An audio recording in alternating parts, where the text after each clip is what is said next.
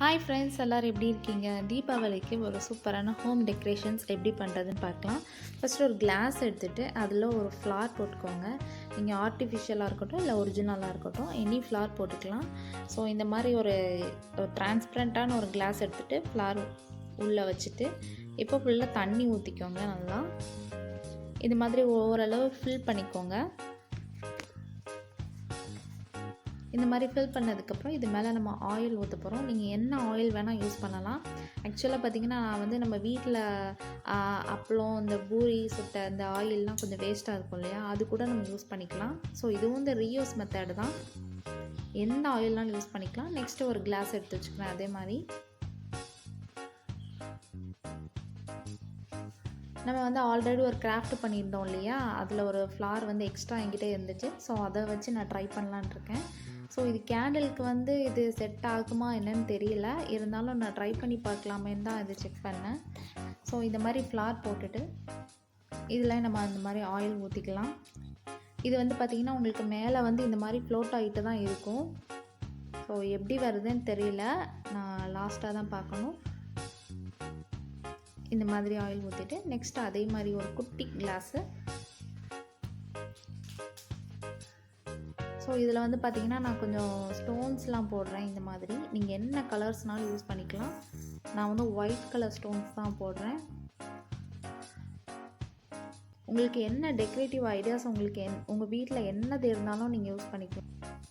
Okay friends, இது பார்த்திங்கன்னா ஒரு குட்டி ஹனி பாட்டில். ஸோ அதையும் ஏன் விடணும்னு சொல்லிட்டு இதை யூஸ் பண்ணிட்டேன். இதில் குட்டி குட்டி கிளிட்டர் பேப்பர்ஸு, அப்புறம் இந்த பீட்ஸு, அப்புறம் பார்த்திங்கன்னா வேஸ்ட்டான சிடிஸ் இருந்துச்சு. அதில் குட்டி குட்டியாக கட் பண்ணி அதையும் உள்ளே போட்டுட்டேன்.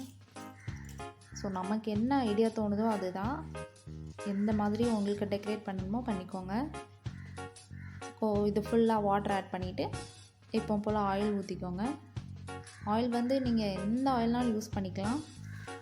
ஸோ இந்த தீபாவளிக்கு நம்ம வீடை நல்லா கலர்ஃபுல்லாக ஆக்கணும். ஸோ என்னென்ன தோணுதோ நம்ம பண்ணுவோம். மெயினாக குட்டீஸ் கண்டிப்பாக ட்ரை பண்ணி பாருங்கள். ரொம்ப ஈஸி, ரொம்ப சிம்பிளானது. இந்த ஷேப் பார்த்திங்கன்னா நல்லா ஷூ மாடலில் இருக்கும். இது கிளாஸ் தான். இது என் ஃப்ரெண்டு கிஃப்ட் பண்ணாங்க.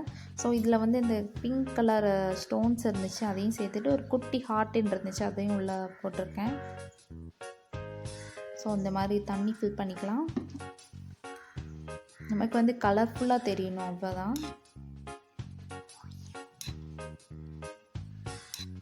ஆயில் ஊற்றியாச்சா.